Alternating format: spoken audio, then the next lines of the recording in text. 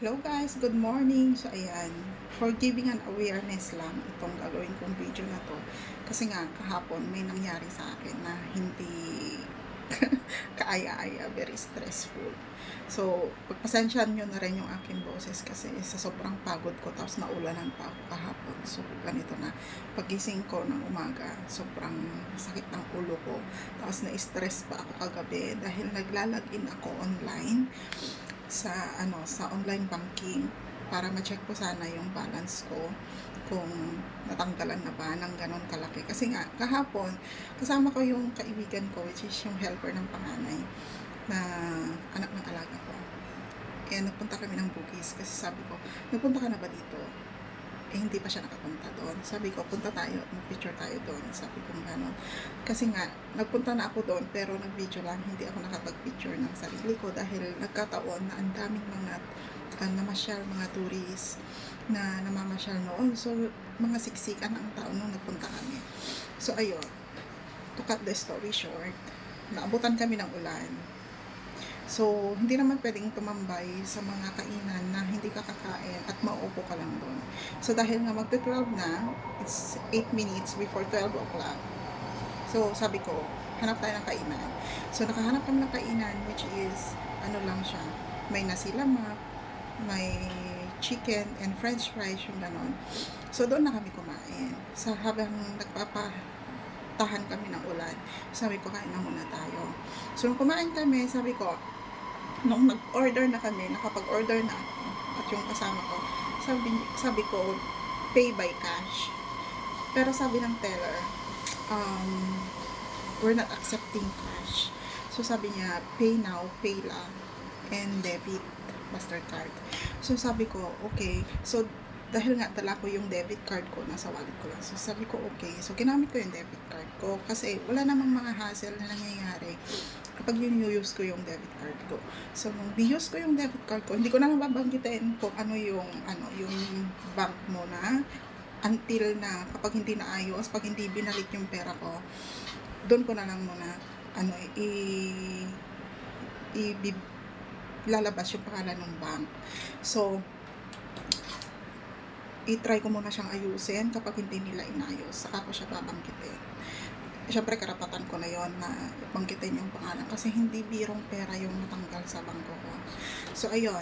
So, nung ginamit ko yung, and ang ano ko din kasi, ang mali ko, may mali ako kasi hindi ko kaagad chinek yung message ko through kasi nga magte-text yan ng galing sa bangko na ganitong amount dideduct sa'yo kasi na-purchase ka sa ganitong shop, yung ganon. So, may na-receive ako pero hindi ko na siya pinansin dahil nga usually naman wala naman nagiging problema.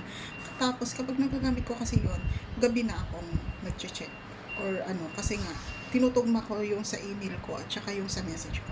So kahapon pauwi na ako, saka ako nagbasa ng message sa akin. And nagulat ako, talagang parang yung, alam niyo yung pakiramdam na parang nabuhusan ka ng malamig na tubig at nawalan ka ng dugo. Kasi ang laki ng pera na natanggal.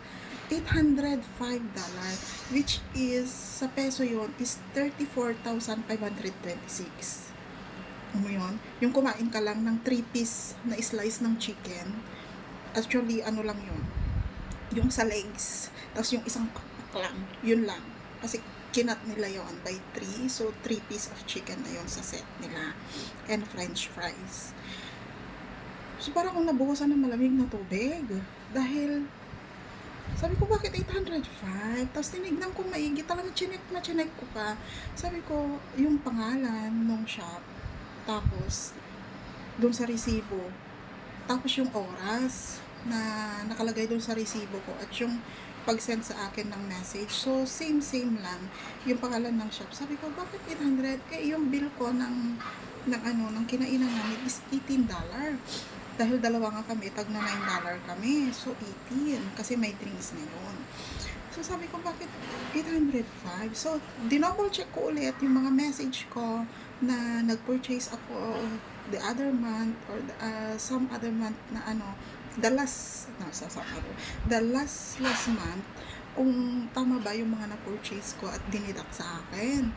So, tapos chinek ko sa email. So, parehas naman. Kasi nag-purchase ako ng December ng wallet sa Ion. Which is, okay naman. Dahil ang nadidak sa akin doon is $59. And, tama naman doon sa message sa akin. Tapos, chinek ko sa email ko, parehas din. So, sabi ko, ito ang mali. Hindi to peso. Hindi to peso, sabi kong ganon. Kasi nga, chinek ko din yung mga past na purchase ko sa Pilipinas last year, nung June, 10 months ago. Pag nagpo-purchase ako doon, nakalagay doon sa email ko at saka sa message ko na PHP, Philippine Peso. So, dito naman, wala na siya nakalagay na SGD, kundi yung number na lang yung nakalagay. So, sabi ko, SGD to, hindi to peso. Yung tinanggal sa akin na 805. So, kung 805 man yun, at saka $18 yung tawag nito, yung bill sa akin, ang dapat, hindi rin magkatugma kung i-convert mo sa peso.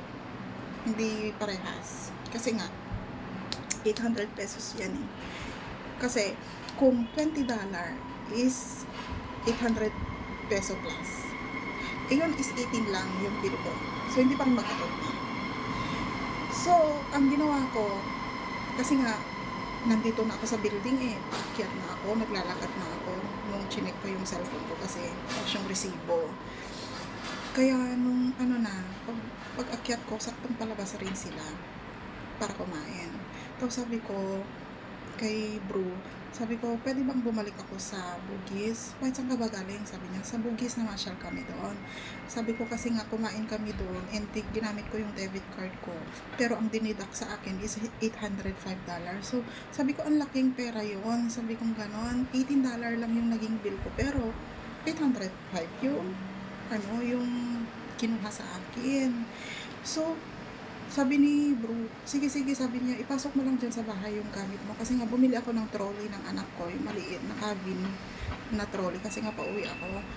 Kasi sabi niya, kasi nga, may mga binili pa ako, tapos nilagay ko na lang doon para hindi ako magbitbit. So, pinasok ko lang yung mga gamit ko dito sa bahay. Natagal lang ako ng damit, nagpalit lang ako kasi nga nakadress ako. So, nagpants na lang ako, taka t-shirt para mabilis maglakad. Chinelas na ako. Bumalik ako ulit, nagsunkay ako ng bus. So, 7:30 na sa Bugis ako ulit. So, pinuntahan ko yung shop. Sabi pa nung may-ari, ma'am, sorry, we're closed already. Sabi ko, no, I'm not going to eat here. Sabi ko, I just come here, lunchtime to eat. But you deduct me this amount. Sabi ko gano'n. Sabi ko, my bill is $18. And yung nadidak sa akin na pumasok sa bangko nyo is 805. Sabi ko gano'n. So, how come na 805 yung nilagay ninyo? Tapos dito sa resibo, sabi ko, you put on the receipt is $18.10. But, you deduct me $805. Tapos sabi niya, okay. Sabi niya, we'll check. Sabi niya. So, chinek naman niya. Chinek niya sa kanyang online banking. Chinek niya doon. Pero, syempre nga, wala pang 24 hours. So, and, I think hindi pa yung pumapasok sa bangko nila. So, pero pinakita na sa akin yung mga record doon sa alam niyo yung machine na pinagtatapan ng card pag nagpipay ka ng by card ng ATM. So, chinek nila ulit doon kasi sabi ko, sinong cashier? Sabi ko, ang nakalagay naman dito is steady. Sabi niya, hindi, ako yan. Sabi niya, ako yung may-ari din yan. Sabi niya gano'n. So, ikaw yung may-ari. Sabi ko, you're the owner. Sabi ko, yes. Sabi ng lalaki. Tapos sabi ko, sino yung nag-cashier sa'yo? Sabi ko, tapos nung pagharap ng isang babae na naka-eyeglass, sabi ko, siya. Sabi ko, she's the one who helped me. Sabi ko gano'n. Tapos sabi niya gano'n, bakit na-charge mo siya ng ganito, 805, nagko-conversation na kami, ganyan. Tapos sabi nung babae, let me check first. So, chinek niya dun sa machine, Sabi niya, what time? So, ibinigay ko yung resibo ko. Sabi ko, it's 11:52 a.m. So, syempre, gabi na yon. So, medyo marami nang sumunod sa amin ng mga kumain. So, chinek nila kung saan yung aking resibo. So, nakalagay naman doon, pinakita naman sa akin doon sa machine nila na ang nakalagay doon is $18. Which is, yan. Nag-print ulit sila kagabi ng ano ko, yan, ng resibo ko, which is $18 lang talaga siya. Yan. Yan, $18 lang talaga siya. Yan. So, sabi ko, paano yan? Sabi ko, hindi pwede yung ganyan. Hindi ko naman, okay lang sana kung $10 eh. Sabi kong ganon. Hindi na ako mag-aaksaya ng oras, tsaka panahon, kasi sabi ko, medyo malayo pa ako. So, sabi ko, kung $10 lang yan, okay na lang sa akin kasi 400 lang yan sa Pilipinas. Kaysa naman mahasel pa ako. Tapos sabi niya, kasi yan, hindi birong pera yan. 34,000 yan sa Pilipinas. 34,500. Diba? Alam na, ipapahingi mo yon, diba? Di, sabi naman ng may-ari, no, sabi niya gano'n, we'll fix it. Sabi niya, oh, don't worry, we will not scam you. We will not scam you. Sabi niya gano'n, di, tumatawa na rin kami. Tapos sabi ko, no, sabi ko gano'n, I'm not thinking about like that. Sabi ko gano'n. Of course, I worried about it. Because it's not, a simple amount of money. Sabi ko gano'n. Tapos sabi niya, okay, you go to your bank. Sabi niya gano'n. What we need to do is, you go to your bank. Sabi niya gano'n. And you clarify your purchase here. Then, you check your balance there. You ask them. Then, if the amount deduct on your debit card, $805, then you ask them, bank account statement. So, kailangan kong kumuha daw ng bank account statement doon sa bangko. Then, sabi niya, you ask them to print out. Then, you come here on my shop. I will pay you. Sabi niya naman niya. Ano ko yan? I-reimburse ko naman yan. Sabi niya gano'n. So, sabi niya, i-reimburse ko yan by cash. Sabi niya gano'n. Basta meron lang bank account statement na pumasok sa bangko ko. So, okay, I will show you my bank account. Sabi niya. So, pinakita naman niya sa cellphone niya kagabi yung bank account niya kung may pumasok ba na 805. So, sabi niya, wala pa namang pumapasok na 805 sa bangko ko. Sabi niya gano'n. So, siyempre, napaisip din ako, wala pa namang 24 hours, di ba? So, hindi pa nila yan makikita. Tapos, pinakita rin niya sa akin yung mga sales nila kahapon. So, yung sales nila kahapon, hindi pa naman umabot ng 800. Yung sales nila kahapon. Tapos, pinakita niya sa akin yung total. Sabi niya, kung pumasok man yan dito sa sales namin kanina, sabi niya gano'n, dapat 1,000 plus yung nandito, sabi niya. Pero you see the amount, sabi niya gano'n. Tinignan ko nga naman, it's just $500 plus yung total amount nila ng sales nila kahapon. So, sabi niya, if your money, sabi niya gano'n, pumasok dito, sabi niya, so, means, may 1,000 plus na sana, sabi niya gano'n. Sabi ko, yeah, di dapat meron silang 1,300 something kasi nga, less than 600 lang yung sales nila kahapon. So, sabi ko, sige, okay, sabi ko gano'n, I will go to my bank account. I'm not sure if tomorrow or what, sabi ko gano'n, but I will arrange this to my bank account. Then, if the money, sabi ko gano'n, pumasok sa bangko mo, sabi ko, you need to refund it for me. Sabi ko gano'n. Sabi naman niya, yeah, sure. Sabi niya, I will refund it by cash for you. Sabi naman niya. So, sabi ko, okay, sige, thank you. Pero alam niyo yun, yung hassle talaga, kapag gano'n. Kasi, kaya nga kagabi, yung nagpapahinga na sana yung papahinga na sana ako, pero nandun pa rin ako naglalakad. And yung sakayan ng bus, hindi birong ang layo ng distansya from the shop. Kasi nasa looban yung yung tourist spot, yung area. Kasi nga Arab Street yun, so medyo papasok yun. Nung papunta is okay lang. Kasi ilang kanto lang yung lalakarin mo napapasok doon. Kasi nga malapit-lapit lang yung bus stop doon. Pero yung pauwi, kailangan pumunta sa main road. Tapos, maglakad ka pa ng kalayo-layo. Ano yun, na-stress ako. Kaya kagabi kinausap din ako ni bro kagabi. Tapos sabi niya, how? Naayos mo ba? Sabi niya ganun. Sabi ko, oo, pumunta ako kagabi. Sabi ko, pag alis ninyo, pag akyat ko, binaba ko lang yung gamit ko. Tapos bumaba din lang ako. Punta ako sa Bugis, punta ako ng shop. Sabi ko, pero sabi ng may-ari, wala pa naman daw pumapasok sa kanila na pera. Tapos sabi naman ng anak niya, kasi nga, wala pang 24 hours auntie. Sabi niya ganon. Tapos sabi ko, kaya ngayon, ang ginagawa ko, lahat ng resibo ko, hindi ko talaga tinatapon ang resibo ko, even before. Kapag na-withdraw ko na yung mga pera, ganyan, saka ko na lang siya tinatapon. So, ngayon, ito, hindi ko na lang ipakita yung pangalan mo na. Kinompute ko.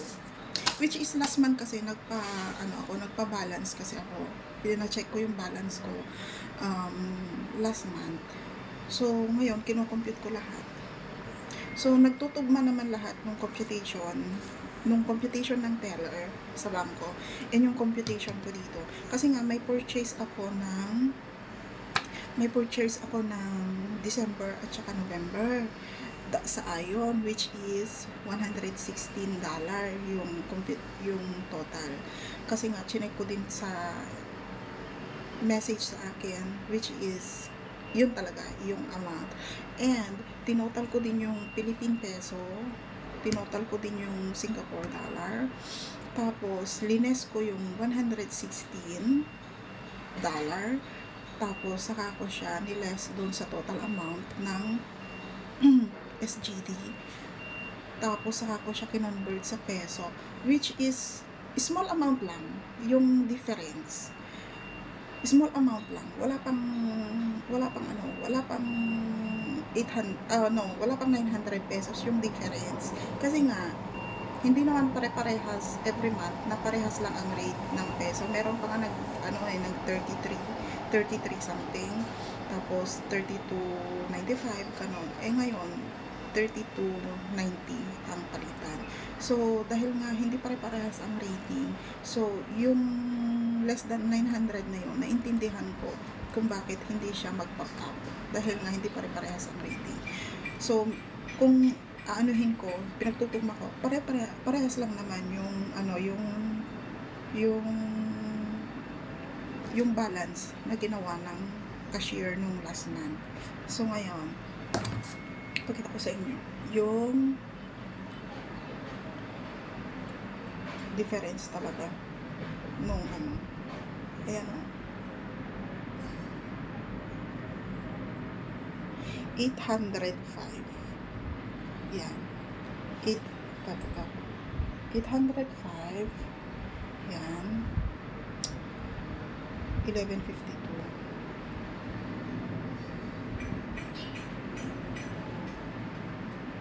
And then, sorry ha, clean up ko lang kasi yung mga tinanggal ko yung pangalan at saka and ayan yung message sa akin, yun yung email, yung una kong pinakita, yan o, 805 Singaporean. Kasi ko na lang, medyo malabo, ayan, 805 yan yung message sa akin. Tapos, ito naman yung email. Ito yung email. Yan, na na-receive ko, 805 din. Pero yung sa resibo ko, ito yung resibo ng kinainan ko, is $18. Ang liwa-liwanag na $18 kasi ka. Nagpakain ka? Na magbibil ka ng 805, ano yun, buong barkada, buong kaibigan mo, kahit buong barkada mo, kaibigan mo na kakain kayo sa ganun lang kasimple, $9 with drinks. Hindi ka magbibil ng ganon. Ganon kalaki. $805. Sa peso yon is 34,000. Diyos ko. Kaloka ako dito. Ayan o. Medyo, inano ko na. Tinototal ko. Ayan. 34,000. Yan yung convert ng peso. So, na-deduct sa akin. Kasi nga, ayan. And, dalhin ko yung resibo ko. Punta ako ng bangko mamaya. Kasi, yung dalaga na awa din siya sa akin. Alam niyang na-stress ako. Sabi niya, wala akong pasok bukas. Sabi niya, sabi ng nanay niya kasi kagabi, may pasok ka ba bukas? Sabi niya sa dalaga. Tapos sabi naman ng anak niya, wala. Monday, Wednesday, Thursday, Friday, wala. Nandiyan lang ako sa bahay, sabi niya. So, pwede mong alagaan yung lola mo para makaalis si auntie mo. Punta lang ako. Sabi niya, yeah. You can go, auntie. I will take care of Papa first. Sabi naman niya. Kasi, syempre, alam naman nila, hindi yun birong pera, 805. Ano yun, yung talaga na-stress ako kasi nga, sabi ko, pauwi pa naman ako. And, syempre, June, umuwi ako last year. July, August, September, October, November, December, January, February, March. 9 months. Okay? 9 months, 10 months. Uwi ako next month. So, alam mo yun yung 10 months, ilan lang yung pera kong uwi? Magkano lang yung budget kong uwi? Dahil nga, syempre, nakapag-promise ako sa anak ko, and kailangan ko talagang umuwi. So, yung 10 months na yun, so magkano lang yung pera ko? Na uuwi na naman. Kasi nga, nung umuwi ako nung June, syempre, nagpagyo kami, nagpabili ng laptop yung anak ko. Magkano yung laptop? Diba?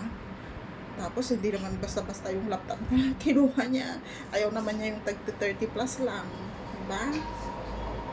So, magkano yung ginastos ko sa laptop? Tapos, magkano yung ginastos ko yung ano namin sa Baguio. Nang ilang araw kami doon, 4 na araw. Tapos, kain-kain kami ng pamilya. Sa magbibil ka ng 6,000 plus. So, hindi yun birong pera. So, magkano lang yung pera ko uuwi. Ngayon. So, in that 10 months, sabihin mong 9 months lang. Kasi nga yung sahod mo. Eh, syempre, may estudyante ka, naka-private school yung anak mo. Tapos, magkano lang yung nasisave mong pera. Diba? So, magkano lang talaga yung pera ko. Magkano lang talaga yung pera ko uuwi. So, sabi ko nga, kasya naman yan. Kasi nga, nasa mga 200 lang yung pera kong uuwi. Dahil nga, syempre, kauuwi ko lang. Yun lang yung naipon ko ulit na pera within in 9 months. Na 8 months pala kasi yung pang 9 months is nandyan pa. So, sabi ko, kung hindi yan marireimburse, hindi yan kagat may babalik. Hindi pwede. Hindi pwede. Kasi kung dito, hindi nila magkakaroon ng paraan, magre-reklamo na talaga ako. Kasi nga, hindi naman yan biro. Sabi ko nga, kung $10 lang, 400 pesos hayaan ko na. Kaysa yung may stress pa ako, pabalik-balik. Tapos yung pamasahe ko, di ba? Yung pamasahe ko sa bus, magkano? Diba? Yung $10 ko kahapon, ubos na dahil nagpabalik-balik ako.